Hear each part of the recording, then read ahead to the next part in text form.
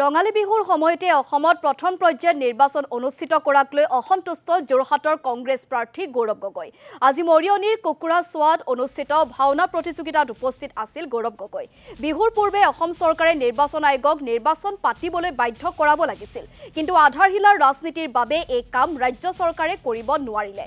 পলমকৈ অধিসূচনা জাৰি কৰি অসমীয়াৰ আৱেগক লৈ হেতালি খেলিলে চৰকাৰে। এটা কথাৰ আক্ষেপ যে ইয়াৰ পূৰ্বে প্ৰত্যেক নিৰ্বাচনত আমি দেখা পাইছোঁ যে প্ৰথম পৰ্যায়ৰ নিৰ্বাচন যি উজনি অসমত হয় সদায় বিহু আগত আমি সামৰি লওঁ। তেতিয়া কি হয় কি তেতিয়া বিহু বতৰত মানুহে আনন্দত থাকে, স্বতন্ত্ৰ হৈ থাকে আৰু কোনো ৰাজনৈতিক তৰ্ক বিতৰ্কৰ পৰা তেওঁলোকক আমি আঁতৰাই ৰাখোঁ। এইটো ৰাজ্য চৰকাৰৰ দায়িত্ব, কেন্দ্ৰীয় চৰকাৰৰ দায়িত্ব।